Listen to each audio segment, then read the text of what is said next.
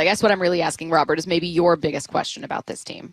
I think it's whether or not this offense is going to end up being sustainable. And I mean, I think it will be. I had a lot of questions coming in to the deadline with what exactly, because their offense overperformed or it exceeded expectations. I think that's a better way of phrasing it in the first half of the season. And they needed to make some changes on offense or add some pieces on offense in order to do so. So to me, they solved my biggest question for them.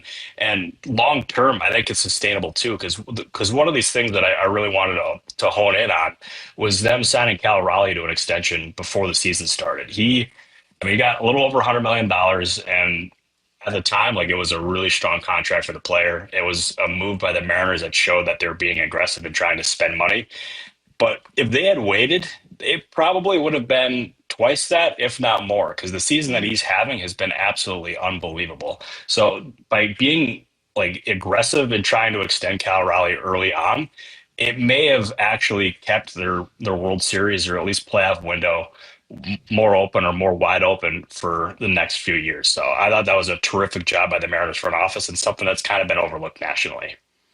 So one of the questions I have about this team is just the rotation. A texter texted in, they were like, well, you only need three starters in the playoffs. And I'm saying, yeah, but we got to get there first. Like, we need that rotation to be on point. Logan has struggled. Emerson Hancock has struggled.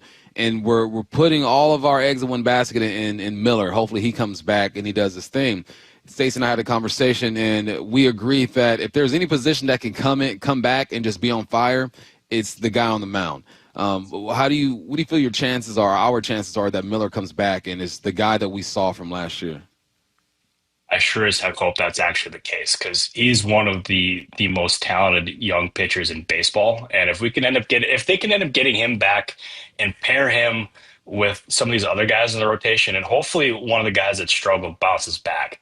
But on paper, they have one of the most talented rotations or just pitching staffs in baseball. We saw it last year, especially with what they ended up doing. It was the numbers that they ended up putting up were just incredible. And if you can end up getting guys back healthy, get things going, or just have more than just three options in the rotation going into the postseason, I think that'd be a huge thing for them. It is one of the big questions with the team, obviously, with what's going on there and just in Miller and Hancock and some of these other guys. But still, like, they have, I want to say, a top 10 rotation ERA on the entire season. And if you can end up getting some of these guys back performing well, get them healthy again going into the postseason, have more than just a few options or maybe just more than three options, you can have something that between the rotation and the lineup as well, they can end up being a matchup nightmare for almost any team in the American League, which is it's wide open for the taking as well. So they're better positioned than most teams in the American League. And my optimism around the Mariners is kind of sky high at this moment, which can't really be said for where I've been in years past. Yeah, nor where fans have been. And you perfectly led into my next question for you, which was about the context of the rest of the American League. I was just talking with a listener who said, I can't help it. I still feel like we're mediocre. We're too streaky. I know that everyone's excited, but I've been let down too many times. And I think that the context of what's going on with the powers that be in the American League is important. Robert, would you maybe kind of go over the teams right now that in your mind are like, well, these are the great teams in the American League, and do they feel more flawed this season? Yeah, there's no real like dominant powerhouse in the American League. Like the Detroit Tigers have been everyone's darling, but they had a really underwhelming trade deadline. They didn't go out and make any big splashes, and it kind of caught some people off guard, but they just did not want to pay the prices that were being asked of them. And that was kind of a sentiment that was shared around the league, whether it was the Cubs or the Red Sox or other teams that were trying to go big fishing or try to add an impact piece. But then you have Toronto. I really like what they did, but Shane Bieber he's a question mark. You don't know what you're going to end up having there. And they're in first place in the American League. They're set up very well, but that addition by them comes with some questions. The Red Sox, they tried for Joe Ryan, came up empty, ended up getting Dustin May, and that deal was kind of a head scratcher in my eyes.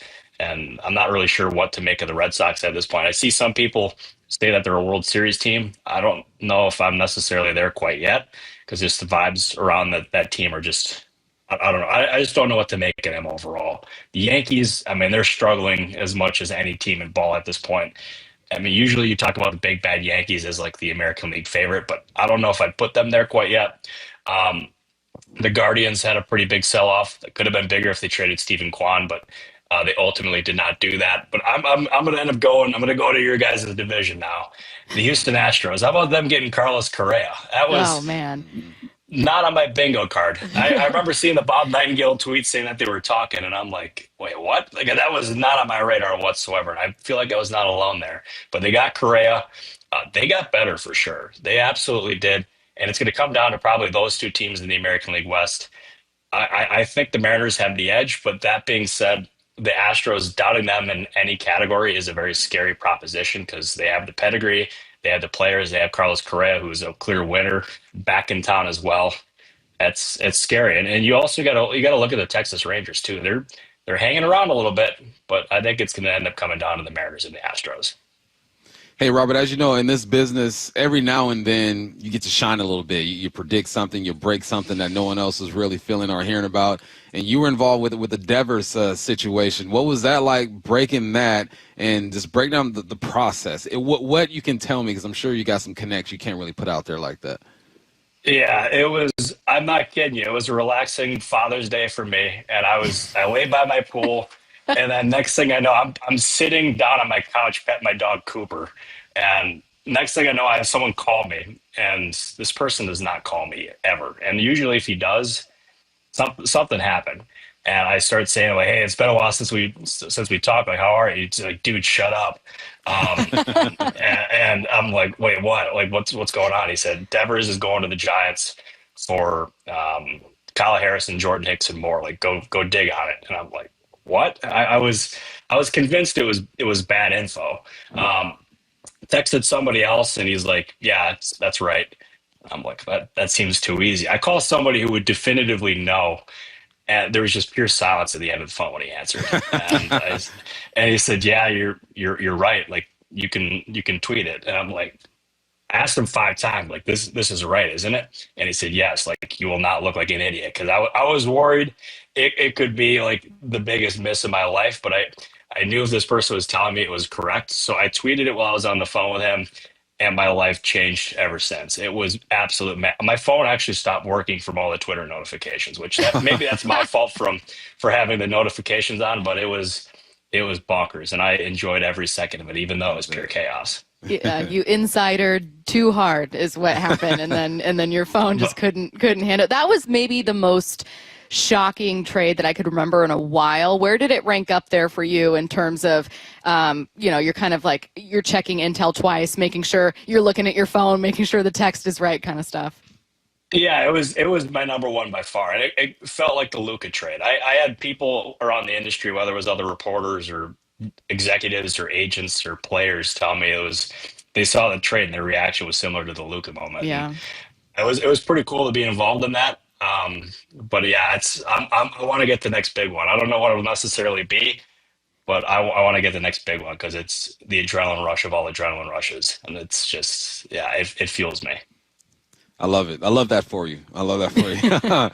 I appreciate it. For real, man, because every now and then it hits, man, and stuff gets crazy. So that was cool to watch that go down.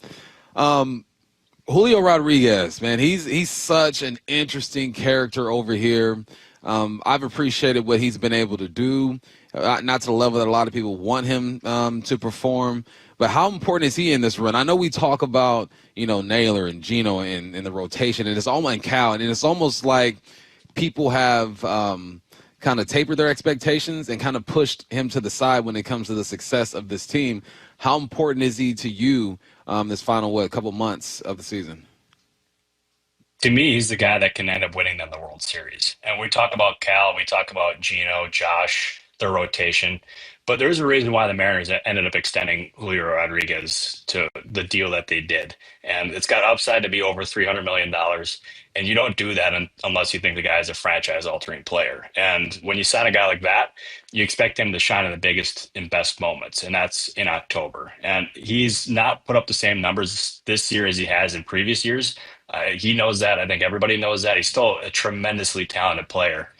But if he can get going, and you can have him, you can have Cal, you can have the rest of the lineup performing at an elite level or just a really good level, they become the most dangerous team in the American League. So to me, he's the most important piece for them. It's Gino obviously is a great add for them, adds so much to the lineup, but Julio Rodriguez, if they win the World Series, it's going to be because of him, in my opinion. Do you know how close the Mariners were to potentially acquiring someone else, maybe a bullpen arm at the deadline? And then how do you feel in general about the outlook with that group? They did add Ferguson, but I think some fans felt like, oh, you could have had an A++, maybe a little bit of fear they didn't add more. They tried so hard. And there was at one point, it seemed like they were more focused on a bullpen arm than they were Gino. Mm-hmm. And there was, I want to say it was the day of the deadline or maybe the day before. I thought they were getting Duran from the Twins, and I was waiting for it. There was buzz. I saw that. I was waiting for it. Then I saw Joel Sherman's tweet implying that the Mariners were seriously involved. So I was like, okay, I'm not the only one that was hearing this at this point.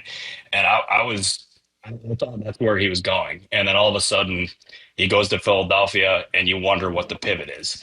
And they obviously got Ferguson. I don't know who else they necessarily tried for, but there was some really good arms out there. I don't think they were too seriously involved in David Bednar, who was traded from the Pirates to the Yankees, but they definitely tried for Duran. Again, I would imagine they were probably the runner-up based on how serious they were, but I think they'll end up being okay. All right, he is fan-sided MLB Insider Robert Murray. Robert, again, congratulations on breaking like the biggest story of the deadline. It just so happened to happen weeks before the deadline, but it was fun to talk about for weeks here. Really fun story. And thank you for taking the time today to talk Mariners. We appreciate it. Thanks, Robert. No, thank you guys for having me. Hopefully we can do this again soon, but I appreciate you both.